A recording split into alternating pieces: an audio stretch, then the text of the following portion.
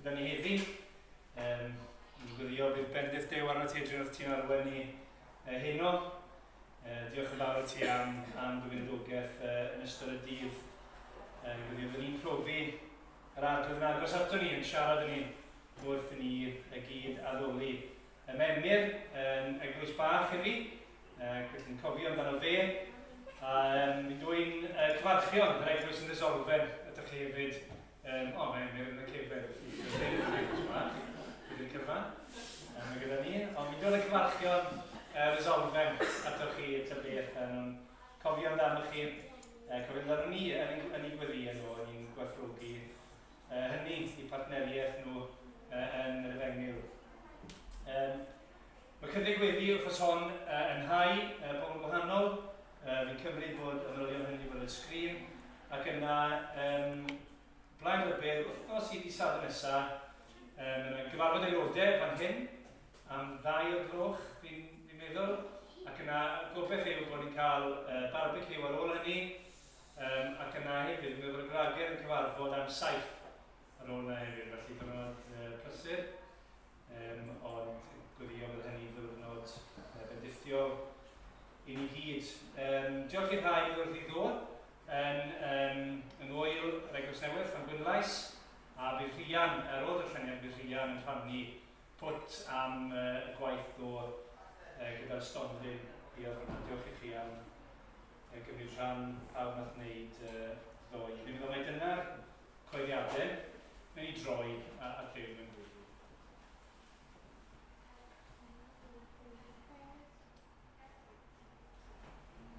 Arglwydd yw, ti sydd ar dorsedd, ti yw'r Duw holl a lluog, y Duw sydd yn heiddi ein mawl yn clywed ni i gyd. Ti yr un, mae'r anylion yn ei addoli dydd a nos, yn galw sanctaidd, sanctaidd, sanctaidd. Pwy newn ni gymharu a ti? Arglwydd, ti'n y petai gan y cerrig pethau sydd ddim gyda'r llais, petai nhw'n gallu daddoli ti, petai nhw'n gweiddi allan. Halleluia, i dy enw ti. O Dduw, cymaint mwy o reswm sydd gyda ni heno i addoli ti, ac i ddweud halleluia. Hosanna i'n Duw mawr, am fod ti wedi dod yn un ohono ni. Nid yn unig mwyn dangos i ni pwy wyt ti dy hun, ond mwyn yn achub ni, mwyn bod ni'n gallu dweud heno, bod ti yn dad i ni. Arglwydd ni'n dod felly yn enw o gynheiddiant yr arglwydd Iesu Grist, ac yn gweddio heno nawr, ti wneud gwaith o'n ni, trwy yr oedfa me heno, trwy y cyfle sydd gyda ni i addoli gyda'n gilydd, i ddarllen dair di, i ganu, i gyweddio, wrth rhannu a chymdeithasu ar ôl yr oedfa i orffen, ond yn arbennig wrth air gael ei gyhoeddi o Dduw i gweddio.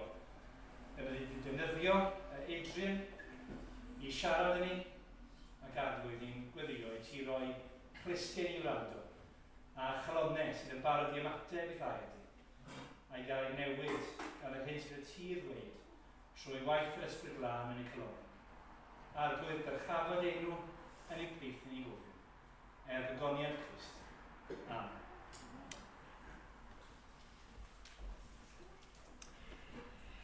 Dywedodd Iesu, dewch ata fi, bawb sy'n flinedig ac yn llwythog, ac fe rodda fi o'r ffwystra i chwi.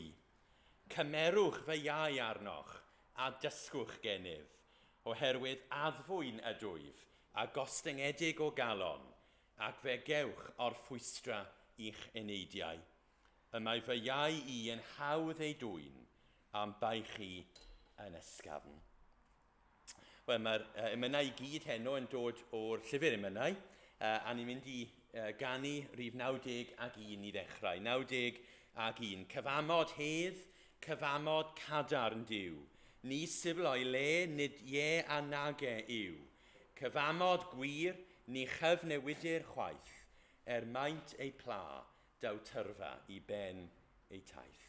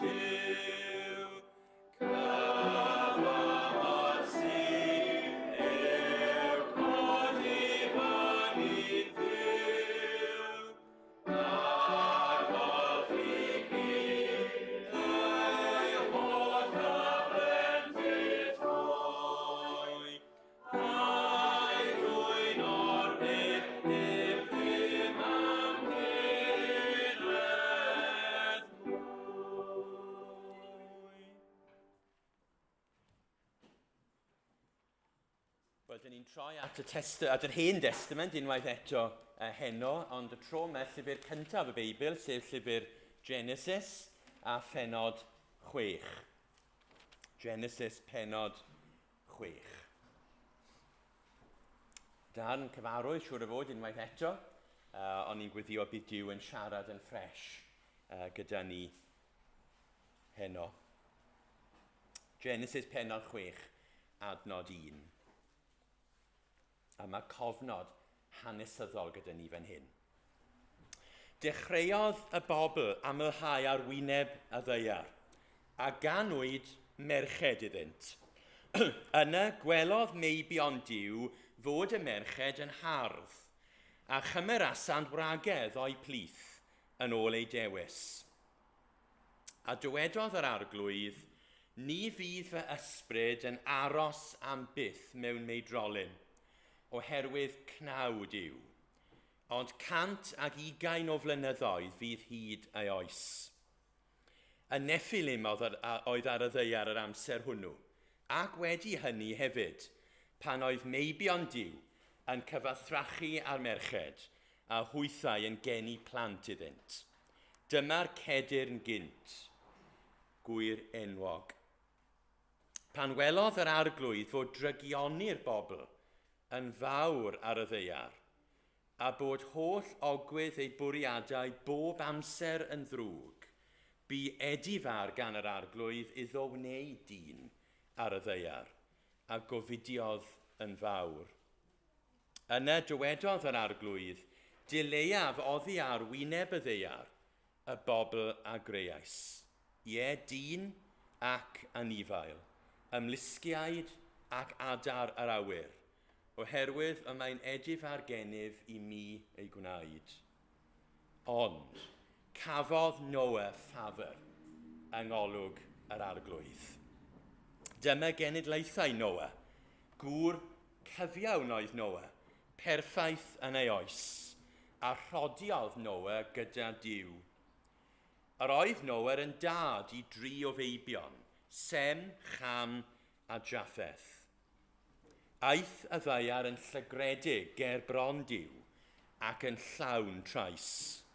A gwelodd Duw fod y ddaiar yn llygredig, am fod bywyd pob peth byw ar y ddaiar wedi ei lygru. Yna dywedodd Duw wrth Noa, yr wyf wedi penderfynu difodi pob cnawd, oherwydd llanwyd y ddaiar a thrais ganddynt, yr wyf am ei difetha o'r ddaiar. Gwna i ti arch o bren goffer, gwna gelloedd ynddi, a rho drwch o big arni, oddi mewn ac oddi allan. Dyma ei chynllun, hyd yr arch 300 cufydd, ei lled 100 cufydd, ei hychder 10 cufydd ar 20. Gwna do hefyd i'r arch a gorffen ei grib gufydd yn uwch. Gosod ddrws yr arch yn ei hochr a gwna hi yn 3 llawr, yr isaf, y canol a'r uchaf. Edrych, yr wyf a'r fi'n dwyn dyfroedd y diliw ar y ddeiar, i ddifetha pob cnaw dan y nef ag anadl einioes ynddo. Bydd popeth ar y ddeiar yn trengi, ond sefydla fy nghyfamod a thi, fe ei di i'r arch, ti a feibion a thwraig a gwragedd dy feibion gyda thi. Ar wyt ti fynd a 2 o bob math o'r holl greaduriau byw i mewn i'r arch i'w cadw yn fyw gyda thi, sef gwrw a benyw. Daw atat 2 o bob math o'r adar yn ôl ei rhywogaeth, o'r anifeiliaid yn ôl ei rhywogaeth, ac o holl ymlusgiaid y tir yn ôl ei rhywogaeth, i'w cadw yn fyw. Cymer hefyd o bob bwyd sy'n cael ei fwyta, a chasgla'r ef ynghyd, bydd yn ymborth i ti ac iddynt hwythau. Felly y gwnaeth Noa, gwnaeth bopeth fel y gorchmynodd Duw iddo. Diolch i Dduw am ei air unwaith eto. A fel dwedodd Rodri, ni'n mynd i glywed nawr am beth a ddigwyddodd, ddim yn bell o fan hyn ddoe.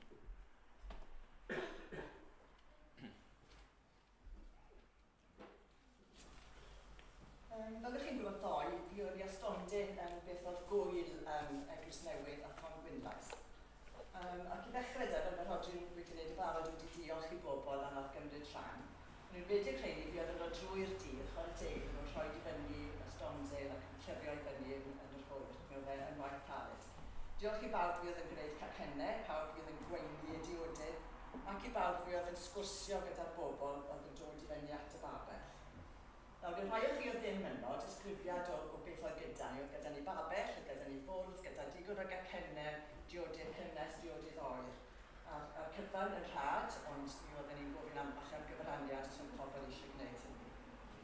Roedd yn y fyrddau bychan gyda lle lliwio i'r plant bach, ac mi oedd gafodd hwnnw ddefnydd cyson drwy'r dydd, lle oedd y plant yn gallu rhoi lliwio, ac yna roedd cyfle gyda ni siarad gyda rhieni wrth bod y plant yn brysur. Roedd yn hefyd seddi a stolion i bobl i allu eistedd i cael eu paned a'u cacen, ac felly hefyd cyfle eto i bobl i fynd i fyny ac i sgwrsio gyda nhw. Ambell i beth falle nath ddim gweithio, roedd gyda ni rolwyn yma oedd fod i gynhyrchu cwestiynau i ddechrau sgwrs gyda pobl. Ond un problem oedd i fod wyntog, oedd yr olwyn yn chwythu droso, a wnaethon ni ddim rili ffindio lle gorau i osod yr olwyn yma, oherwydd gyda ni seti o gwmpas, so falle bydd hwnna'n rhywbeth gallwn ni edrych arno gyda'r tro nesaf. Y ffaith bod hi'n wyntog, roedd popeth yn diodde chwythu ar un lle, yn cynnwys y babell ar un adeg a ddiflannodd. Oedd rhaid i ni redeg ar reoli, ond oedd pobl yn garedig iawn, oedd pobl stondin yn cyfagos yn dod ac yn helpu ni i roi yn ôl yn ei le. Ymateb i ni ar y maes, so ni'n teimlo bod yn ymateb dda.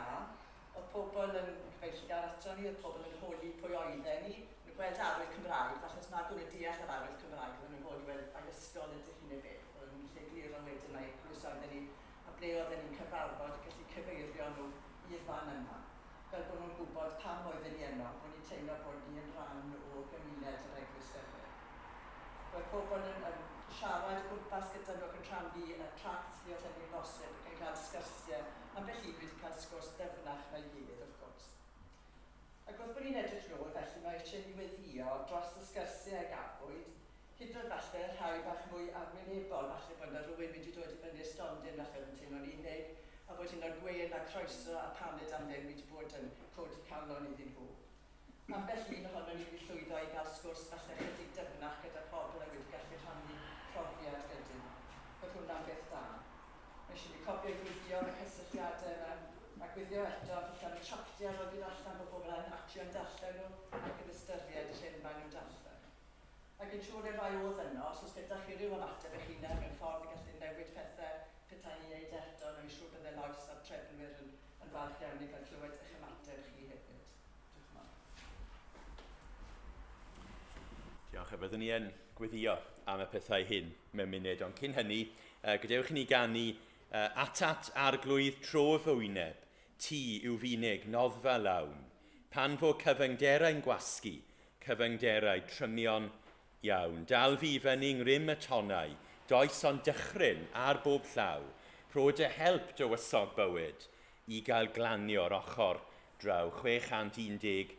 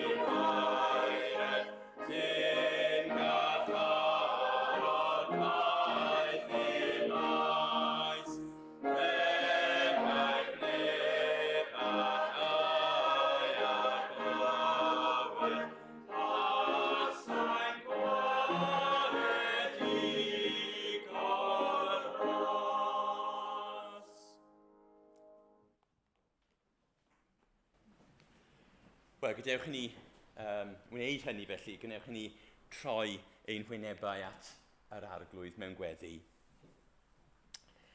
O Dduw, dyn ni'n dod ger dy fron unwaith eto fel brodyr a chwiorydd yn Iesu Grist i ddweud diolch i ti am dy holl fendithion. I ddweud diolch am fwyd a diod, am ddillad a chartrefi, am gyfeillion a theuluoedd, am eglwys, ond yn fwyaf oll am waredwr. Diolch o arglwydd am anfon Iesu. Nes di addo wneud hynny, a rwy ti yn ffyddlon, a nes di anfon Iesu i'n hachub ni. A diolch bod ni wedi cael ein hachub trwy ras. A diolch o arglwydd bod rhyddid gyda ni yn y wlad hon i dystiolaethu i ras Duw ac i gyhoeddi neges yr Efengil yn gyhoeddus fel a ddigwyddodd ddoe. Diolch o arglwydd bod cyfle i rannu beth ni wedi profi ein hunain gyda'r bobl o gwmpas yr adeilad yma ac yn y strydoedd o'n cwmpas ni. Diolch o Arglwydd bod pobl wedi dangos rhywfaint o ddiddordeb yn y stondin, ac bod falle y diddordeb yn arwynebol fel wnaethon ni glywed, rwy ti yn gallu defnyddio cysylltiadau fel hyn ac adeiladu arnyn nhw a dwy'n ffrwyth allan ohonyn nhw. A ni'n gwyddio y bydde di yn gwneud hynny o Arglwydd. Ni'n gwyddio am y rhai a ddaeth gyda chwestiynau ac roedd cyfler i drafod y cwestiwn a'r pynciau yn fwy dwfn. Ni'n gwyddio y bydden nhw yn meddwl, wedi bod yn meddwl ers ddoe, y bydde di trwy dy ysbryd yn siarad â nhw yn eu calonau ac yn dangos iddyn nhw eu pechod, ond hefyd eu ceidwad nhw. A ni'n gwyddio y byddwn ni yn clywed yn y dyfodol cyn bo hir hyd yn oed bod rhywun wedi dod i'r bywyd trwy waith yr eglwys ddoe. Diolch, fel ni wedi ddweud o Arglwydd, diolch bod rhyddid i ni yn y wlad yma i wneud y fath beth. Ni'n gwybod bod y sefyllfa yn mynd yn fwy anodd a bod pob math o rwystredigaethau o flaen yr eglwys y dyddiau yma, ond dyw e ddim mor wael â hynny. A felly diolch o Arglwydd am lledu ni ar hyn o bryd a helpa ni i wneud y gorau o'r cyfleon sydd gyda ni ar hyn o bryd. Ni yn cofio ein brodyr a'n chwiorydd ni mewn gwledydd tramor allan nhw byth ddychmygu cynnal rhywbeth fel a ddigwyddodd yn agos o fynyddoe. Bydden nhw yn mynd i'r carchar, yn cael eu carcharu, falle hyd yn oed yn cael eu lladd, am siarad am Iesu Grist a gwaith y groes yn gyhoeddus.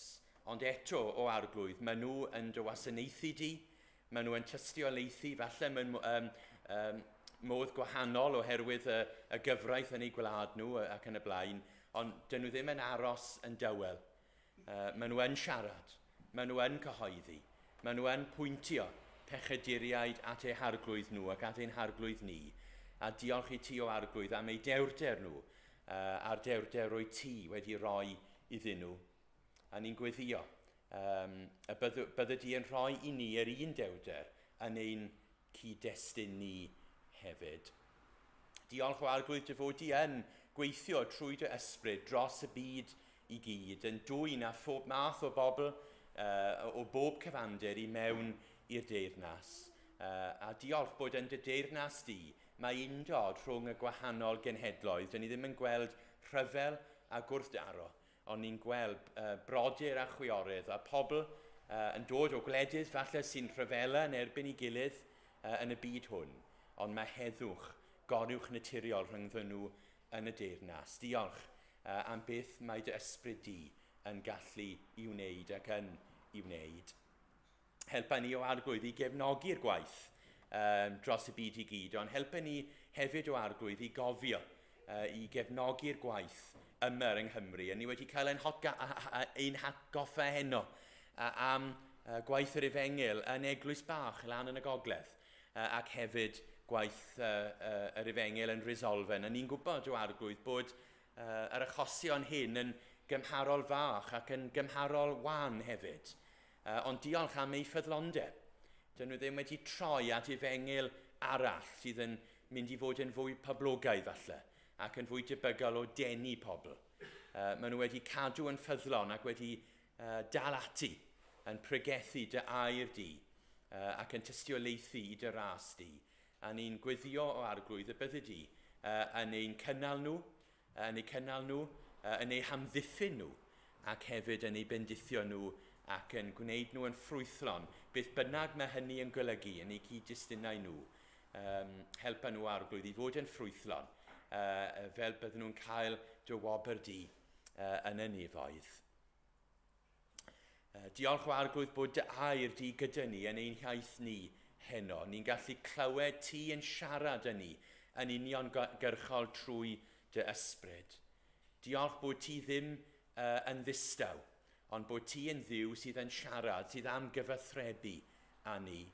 A rwy ti'n cyfathrebu â ni yn ein iaith ein hunain o ran yr iaith Gymraeg, ond hefyd o ran yr iaith ni'n fwy cyfarwydd ag yn ein calonau ni fel petai. Rwyt ti yn dod ato ni lle ydyn ni ac yn siarad yn bersonol ac yn bwrpasol gyda ni, a diolch am hynny o arglwydd. Diolch bod ni yn gallu siarad a ti fel hyn, a ni'n gallu wneud yn hyderus, yn gwybod fod di yn gwrando ac yn derbyn trwy Iesu Grist beth dyn ni yn ei ddweud, ac y bydde di yn ateb ein gweddiau yn ôl dy wyllus di. Mae hyn yn arbennig. Ni'n freintiedig iawn, a ni'n diolch i ti o arglwydd am hynny. Ac felly wrth i ni siarad a ti heno, ac wrth i ni falle allwys ein calonau yn bersonol, helpa ni hefyd o arglwydd i wrando yn astyd ar beth wyt ti yn ddweud wrth ymateb i ni. Ni'n gwyddio arglwydd y bydde di yn ymweld â ni yn yr adeilad heno. Falle bydde di yn dod â bywyd tragwyddol i rywun. Rwy ti yn gwybod lle mae pob un ohono ni yn sefyll. Rwy ti yn ein hadnabod ni yn well na neb. Rwy ti yn adnabod ni yn berffaith. Rwy ti yn gwybod beth sydd angen arno ni glywed heno. A ni'n gwyddio y bydde di yn falle dod â bywyd tragwyddol yn ein plith ni heno ac atgoffa ni mae Duw byw wyt ti. Ni'n credu hynny o arglwydd, ond helpa ni i weld hynny ar waith yn ein plith ni heno. Ni'n diolch i ti am hanes yr eglwys yma ac am bresennol yr eglwys yma. A ni'n gofyn y bydde di yn gwneud dyfodol yr eglwys yma yn ddisglair. Diolch am weld pobl hŷn, pobl iau yma yn cyd-addoli fel teulu. A o arglwydd, ni'n gweld y ras di yma yn dy deulu fan hyn. Diolch am hynny. Diolch am y parodrwydd i wrando ar y gair. Ac heno, wneud i ddangos i ni Iesu Grist, ein iachawdwr. Yn ei enw fe, ni'n gofyn y pethau hyn. Amen. Wel, cyn i ni droi at Genesis 6, ni'n mynd i ganu clod ein Duw unwaith eto. A'r emyn byddwn ni'n defnyddio i wneud hynny yw o arglwydd Dduw rhagluniaeth ac iechydwriaeth dyn, tydi sy'n llywodreithi y byd a'r nef dy hun, yn wyneb pob caledu, y sydd neu eto ddaw, dod gadarn gymorth i mi, i lechu yn dy law. Rhif 71.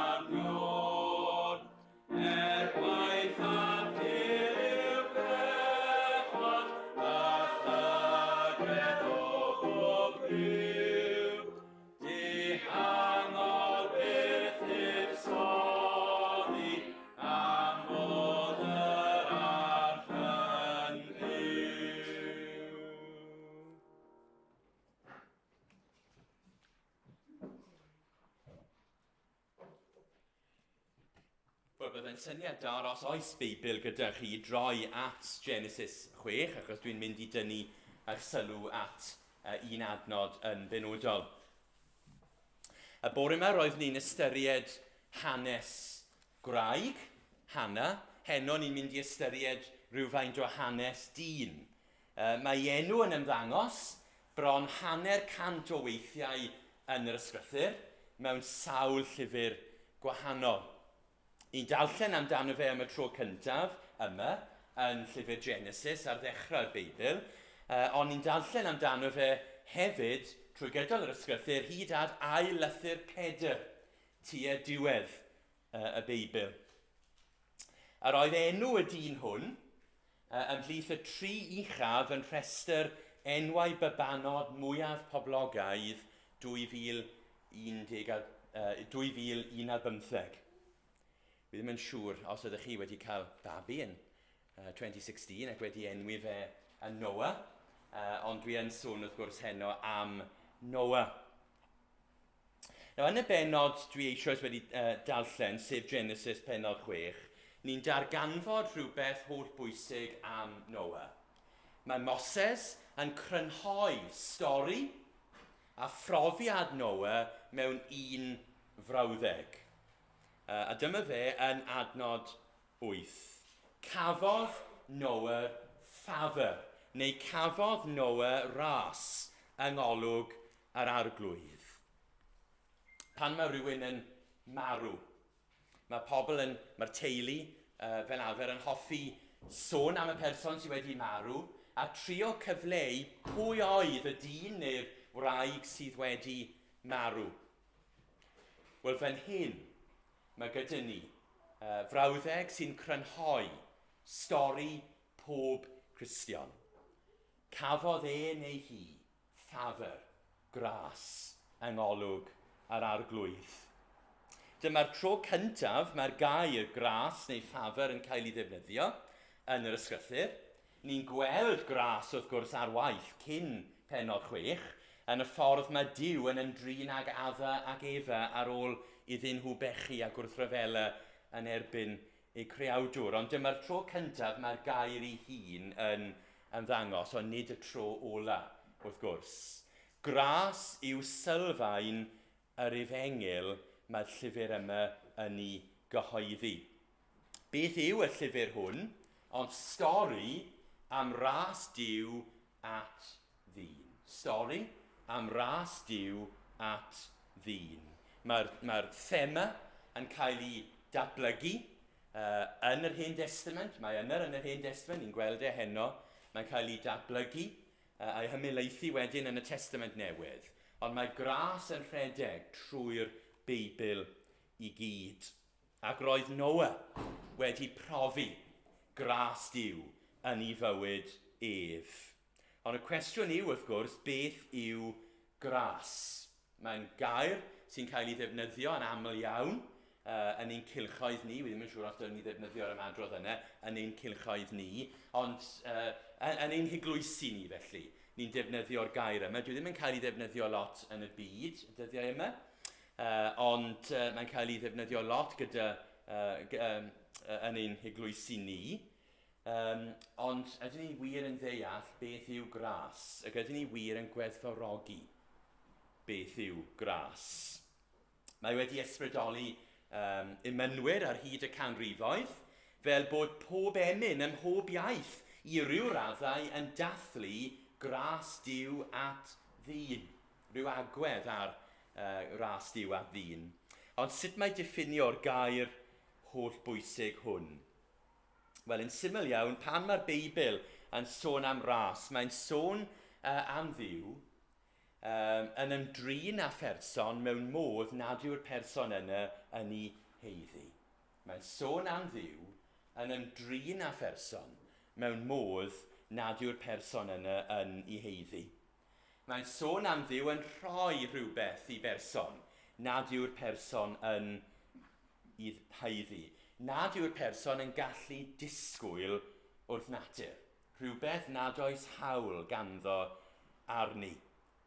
Mae rhywun wedi diffinio gras yn Saesneg fel hyn, sheer bounty. Sheer bounty.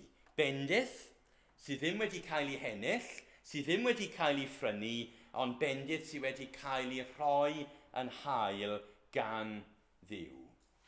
Dyna'n syml beth yw gras, a mae'n hollol goruwch naturiol.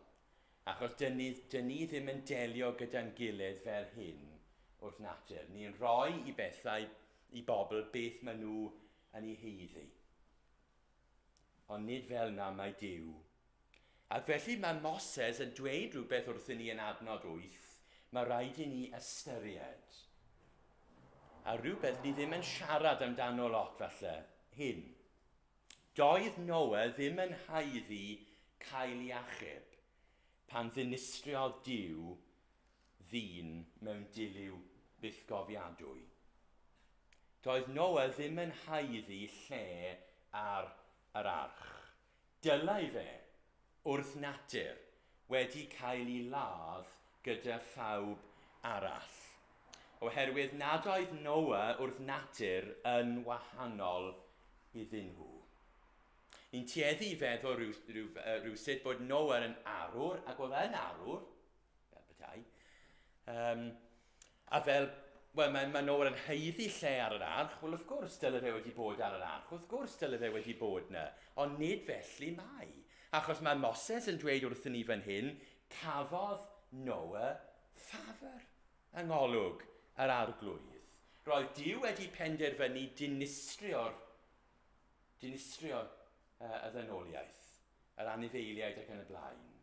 Ond, ar ôl dweud hynny, ni'n darllen, cafodd Noe ffafr. Ni'n gosod rhoi pob adnod yn y Beibl yng nghyd-destun y Beibl cyfan.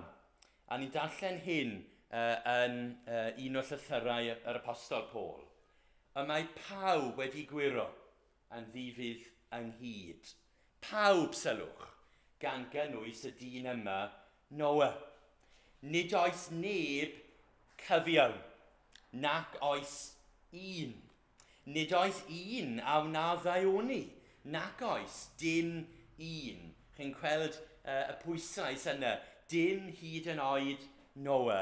Ac wrth natur, a dwi'n dweud hynny yn bwrpasol, a byddwn i'n esbonio hynny mewn munud, ond dwi'n dweud hynny yn bwrpasol, wrth natur, doedd Noe ddim yn eithriadol. Yn hyn o beth, a please wneud i faddau fi y pen ofnadw yma, ond wrth natur roedd Noe yn yr un cwch a'i gyfoedion. Neu trwy ras Duw wrth gwrs, oedd e yn y cwch a bod nhw ddim. Ond i ddechrau, roedd Noe yn yr un cwch a'i gyfoedion.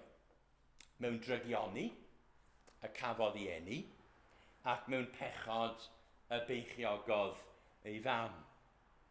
Roedd e wedi pechu yn erbyn yr arglwydd dro ar ôl tro ar ôl tro. Pechadur wrth natur oedd y dyn hwn. Fel canlyniad, wrth natur, roedd Noe wedi gondemnio ger bron i greawdwr. Yn gorwedd dan ddigofau Duw oedd y dyn hwn fel y lleill. Beth oedd Noe yn heiddi wrth natur? Marwolaeth dragwyddol. Roedd yn heiddi cael ei ddinistrio pan wnaeth Dduw ddinistrio beth oedd e wedi creu. A beth ddigwyddodd felly? Wel, ni'n gweld fan hyn, adnod 8. Cafodd Noe ffafr. Hynny yw, penderfynodd Duw yn drin ar dyn hwn mewn modd nag oedd yn ei heiddi. Penderfynodd Duw roi i Noe rhywbeth doedd e ddim wedi ennill, neu rhywbeth doedd e ddim yn ei heiddi. Beth? Wel, dau beth. Yn gyntaf, yn adnod 9, calon newydd. Calon newydd. Natur newydd. Dyma genedlaethau Noe. Gŵr cyfiawn oedd Noe, perffaith yn ei oes, nid yw'n golygu perffaith fel dyn ni'n deall hynny, ond oedd dim pechod cyhoeddus ofnadw, oedd e ddim yn edifarhau gyda fe. Perffaith yn ei oes, a rhodiodd Noe gyda Duw. Nawr, y pwynt yw, nid fel na oedd Noe wrth natur. Achos, fel mae Paul yn dweud nes ymlaen, mae pawb wedi gwiro, pawb yn ddifydd ynghyd. Nad oes neb cyfiawn wrth natur. So beth oedd wedi digwydd? Wel, roedd Duw wedi rhoi edrych ar Noa ac wedi rhoi natur newydd iddo. Wedi rhoi calon newydd iddo. Wedi rhoi geni newydd iddo. Fel bod Noa yn meddwl ac yn teimlo ac yn ymddwyn yn wahanol i beth oedd yn sut oedd yn teimlo a meddwl ac ymddwyn o'r blaen. A rhoddodd Duw yn Noa emosiynau newydd, chwantau newydd, meddwl newydd, calon newydd. Ac wrth natur, roedd Noa yn troi ffwrdd oddi wrth Dduw. Ond nawr ni'n gweld bod e'n troi at Dduw. Ac mae'n rhodio gyda fe, mae'n cael cymdeithas gyda fe, ac mae'n chwilio am gymdeithas gyda Duw. Dyna beth mae rhodiodd Noa gyda Duw yn golygu. Mae'n chwilio am Dduw, ac yn chwilio am gymdeithas, ac yn ymhyfrydu mewn presenoldeb Duw. Ac mae'n ddechrau byw mewn modd sy'n adlewyrchu Duw. Mae'n perffaith yn ei oes, a mae'n byw bywyd sy'n plesio Duw. Sut yn y byd daeth Noa fel hyn? Cafodd Noa ffafr yng ngolwg yr arglwydd. Gallai Duw wedi gadael Noa fel yr oedd. Fel dyn hollol bechadurus. Dyn oedd yn gwrthod Duw. Dyn oedd yn cerdded i ffwrdd ac yn troi oddi wrth i greawdwr. Gallai fe wedi gadael Noa yn y sefyllfa yna, ond caro Duw Noa. A rhoddodd Duw gras iddo, a rhoddodd Duw galon newydd iddo. Ac wedyn, ni'n gweld Duw yn gwneud rhywbeth arall, rhoi calon newydd iddo, ac wedyn yn rhoi arch iddo. Wel, yn rhoi arch, ni'n gwybod bod Noa yn gorfod adeiladu'r arch. Ond roedd Duw wedi sôn am yr arch iddo, a ni'n gweld bod Duw wedi disgrifio'r arch, a bod Duw wedi gorchymyn iddo wneud yr arch. Hynny yw rhywbeth a roddwyd, really, i Noa gan Dduw oedd yr arch. Pam? Achos roedd Duw yn mynd i ddelio â phechod. Roedd Duw yn mynd i farnu pechod. Roedd Duw yn mynd i ddangos bod e'n grac gyda phechaduriaid a bod Duw yn cosbi pechaduriaid, a penderfynodd Duw wneud hynny mewn modd penodol. Oedd e'n mynd i anfon diliw ar y ddeiar a dinistrio popeth ar y ddeiar fel ni'n darllen yn adnod 17. Edrych ar wydd ar fi'n dwyn dyfroedd y diliw ar y ddeiar, i ddifetha pob cnaw dan y nedd ac anadl einioes ynddo. Bydd popeth ar y ddeiar yn trengi. Dwi'n mynd i farnu pechod. Dwi'n mynd i ddangos i bechaduriaid fy mod i o ddifri ynglyn â phechod. A mae Duw yn gwneud hynny o bryd i'w gilydd. Dyw e ddim yn anfon diliw fel yna bob blwyddyn, ond dyw e. Ond ni'n gweld mewn hanes ac yn yr Hen Destament a'r Testament Newydd o bryd i'w gilydd, mae Duw yn fel petai'n gwneud esiampl o genhedlaeth neu o berson lles pawb, i ddangos iddyn nhw dwi o ddifri. Edrychwch ble bydd pechod yn eich arwain chi. Edrychwch beth yw cosb gwrthryfela yn erbyn dy greawdwr graslon. A dyna beth wnaeth gyda'r diliw. Gwneud esiampl, fel y barnwr yn neud o bryd i'w gilydd. Mae'n gweld bod rhyw gyfraith yn ein gwlad ni, bod pobl yn anwybyddu'r gyfraith, ddim yn prisio'r gyfraith fel dylen nhw, a mae'r barnwr yn dweud, dwi'n mynd i wneud esiampl o'r dyn yma, dwi'n mynd i roi dedfryd hirach iddo fe na'r arfer, i ddweud wrth bawb, mae'n amser i chi sylweddoli bod hyn yn wrong, a dwi'n mynd i ddelio ag e. Dyna beth mae Duw yn neud yn y diliw. Ond, drychwch, adnod 18, ond, so dwi'n mynd i farnu pechod, dwi'n mynd i ddinistrio a dwi'n mynd i ddifetha pob cnawd, ond sefydlaf fy nghyfamod a thi. A beth mae hynny yn golygu? Wel, dwi'n mynd i ddelio a ti yn wahanol, a sut mae hynny yn cael ei amlygu, fe ei di i'r arch.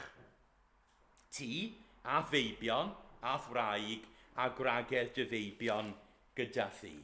So pan mae Diliw yn dod, bydde di, mae Diw yn dweud wrth Noa, bydde di yn ddiogel, achos dwi'n darparu rhywbeth ar dy gyfer di, ac ar gyfer fy nhyn, dy deulu di hefyd.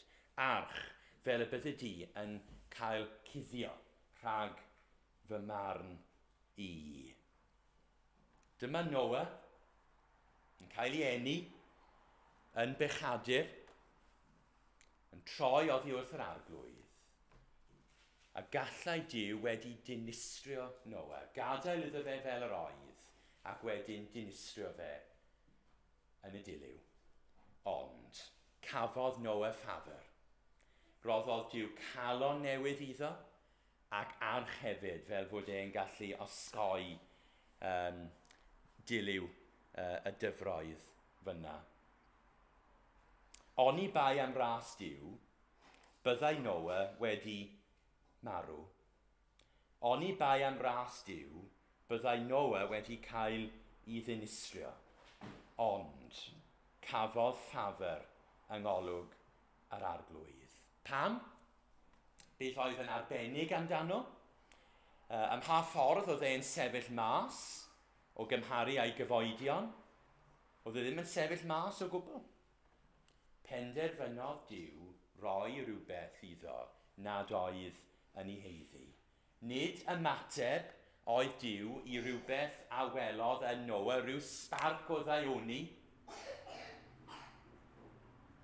Na, daeth Dduw at Noa gyda chalon newydd, cyn i Noa erioed hyd yn oed meddwl am droi at Dduw. Beth amdano ni? Wel, dyn ni fel Noa. Cofiwch beth mae Paul yn dweud, oedd e'n wir am Noa, ac mae'n wir amdano ni hefyd. Mae pawb wedi gwiro yn ddifydd ynghyd, nad oes neb cyfiaw nac oes un mae'n sôn amdano ni.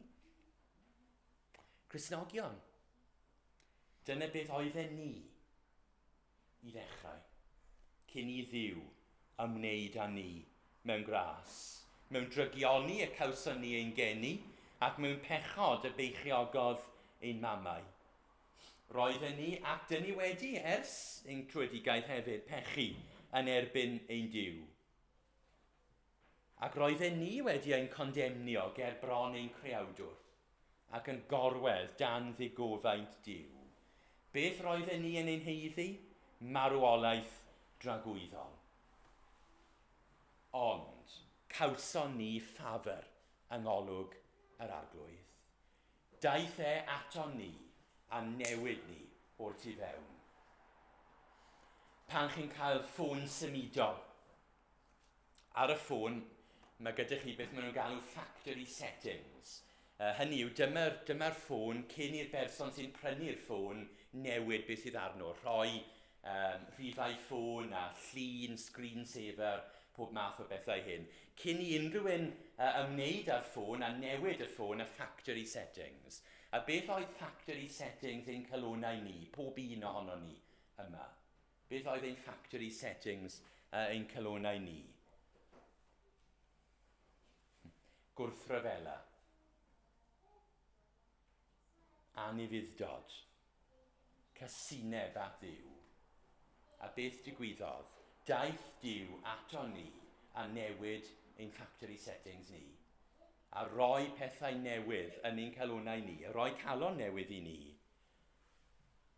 Ac wedyn, wnaethon ni sylwi, a deall, a dysgu, bod Duw wedi roi arch i ni hefyd. Achos mae dydd eto i ddod. Ni ddim yn gwybod pryd bydd yn dod. Mae rai yn dweud fod e ar y gorwel, ni ddim yn gwybod. Ond mae yn dod, pryd bynnag mae yn dod. Mae rai yn gwadu, mae Pedr yn sôn am hynny yn ei ailythyr. Mae rai yn gwadu bydd y diwrnod hwn byth yn dod, ond bydd yn dod, ni'n sôn am ddydd y farn. Ac roedd y dilyw yn amser Noa yn rhagflas ar ddydd y farn. Achos ar ddydd y farn, bydd Duw yn delio â phechod ac yn delio gyda phechaduriaid mewn modd terfynol, climactic fel petai. A wedyn bydd phechaduriaid, y rhai sy'n gwrthryfela yn erbyn Duw yn cael ei dinistrio yn dragwyddol mewn uffern. Ond mae Duw wedi rhoi arch i ni, Cristnogion, heno. A dyn ni trwy ras Duw wedi mynd mewn i'r arch. Ac ar ddydd y farn, pan mae Duw yn ymdrin â phechod unwaith ac am byth, byddwn ni yn ddiogel. A fyddwn ni ddim yn cael ein dinistrio. Beth yw'r arch, neu pwy yw'r arch? Iesu Grist ei hun. Mae fe yn cuddio dynion a gwragedd pechadurus rhag ddigofaint Duw. Ar ddydd y farn, os ydych chi yn Gristion, cofiwch, a mae hyn yn amrysiadwy, cofiwch hyn, pan mae Duw yn cosbi pechod, byddwch chi yn saff. Pam? Achos rydych chi wedi cael ffafr yng ngolwg yr arglwydd, penderfynodd Oedd ddim yn ymateb i chi, penderfynodd ddod ato chi a gwneud chi yn berson newydd a rhoi gwaredwr i chi fel y byddwch chi yn iawn. Fyddwn ni ddim yn saff achos dyn ni ddim yn heiddi cael ein dinistrio. Fyddwn ni ddim yn saff achos dyn ni wedi newid ein hunain a wedi trio'n well. Byddwn ni'n saff oherwydd gras Duw a gras Duw yn unig. Beth yw Cristion?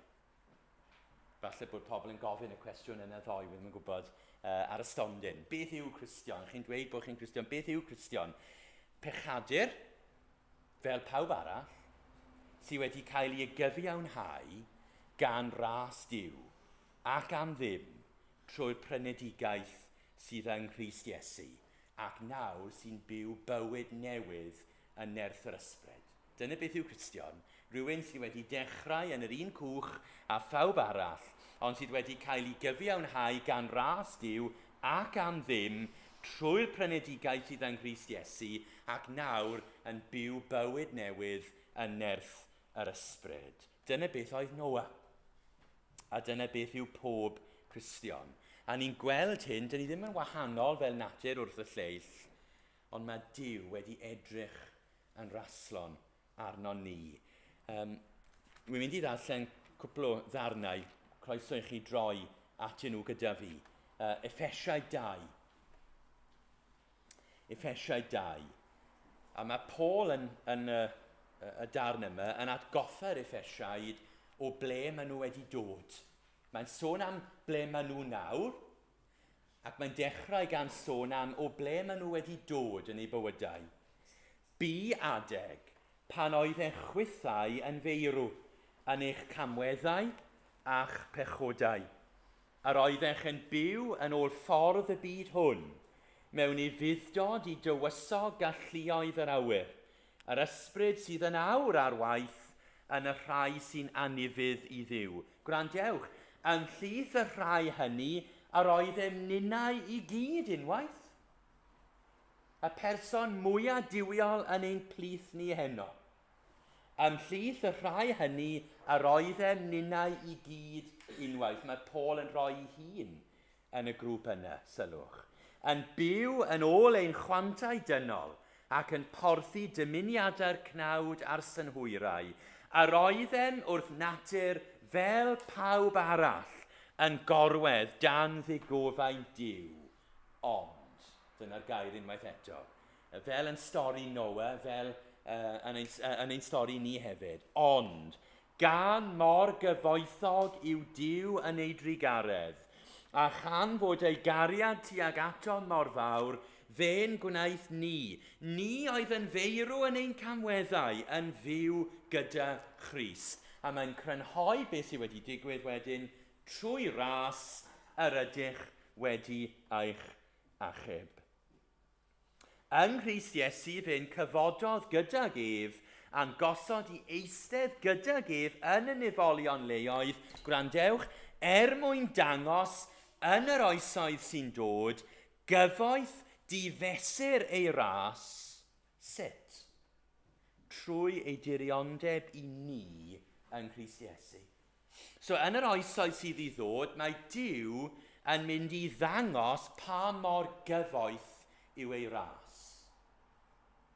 Sut mae'n mynd i ddangos pa mor gyfoeth yw ei ras? Mae'n mynd i ddweud, edrychwch ar yr eglwys. Edrychwch ar y bobl yma. Meddyliwch o ble maen nhw wedi dod. Edrychwch beth maen nhw nawr. Sut? Trwy fy ras. Does dim byd sy'n dangos cyfoeth difesur gras Duw yn fwy na chi a fi. A lle dyn ni nawr o gymharu a lle oedden ni i ddechrau. Ac wedyn y darn ola, Titus, pennod 3.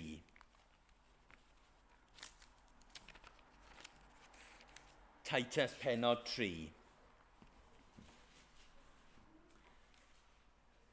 Ac unwaith eto, yr un thema fel bethau, mae Paul yn dweud yn adnod 3, fe fuom ninnau hefyd un amser yn ffôl, yn anifydd, ar gyfeilion, yn gaethweision i amryfel chwantau a phlyserau, a'n bywyd yn llawn malais a chenfigen, yn atgas gan eraill ac yn casau ein gilydd.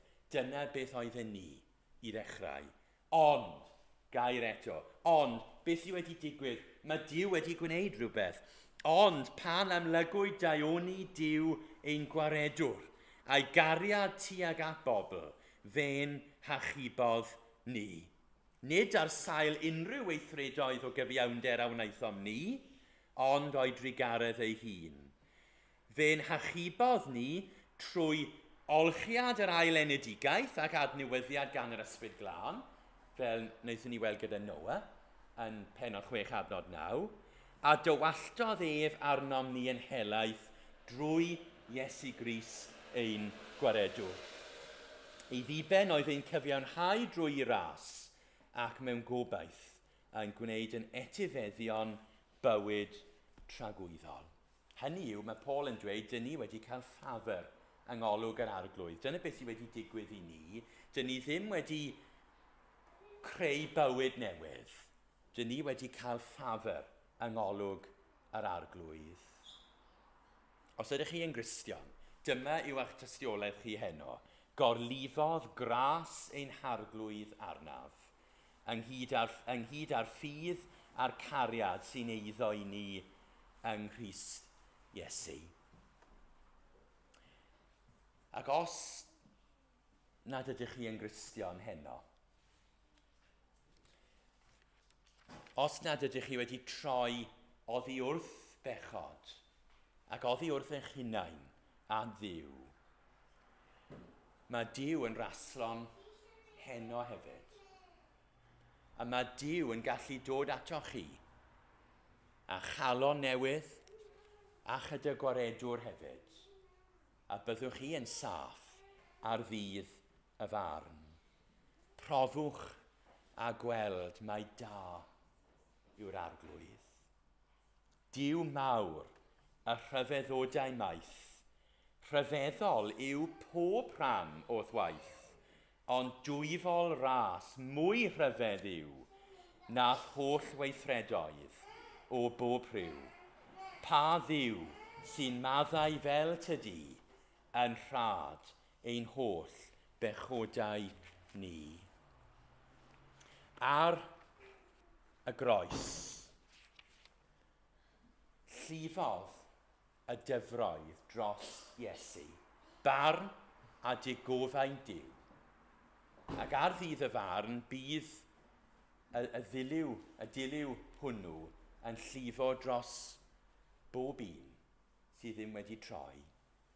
Dwi'n annog chi heno felly, trowch at yr un sydd wedi boddi fel petai o dan ddigofaint Duw ac sydd wedi dod yn ôl yn fyw cyn i'r dydd hwnnw ddod. A dewch i ddysgu bod Duw y Beibl yn ddiw sy'n maddau yn rhad ein holl bechodau ni.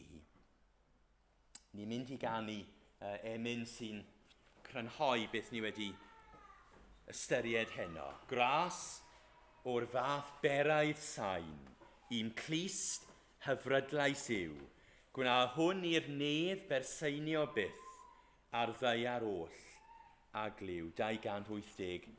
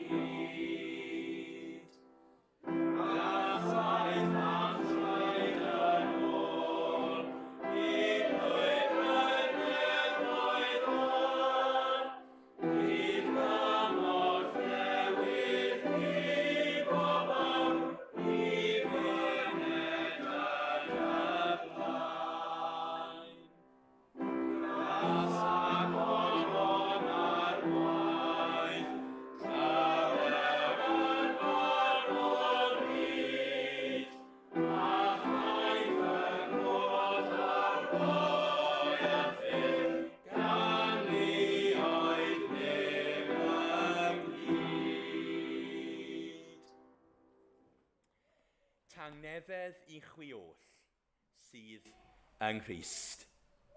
Amen.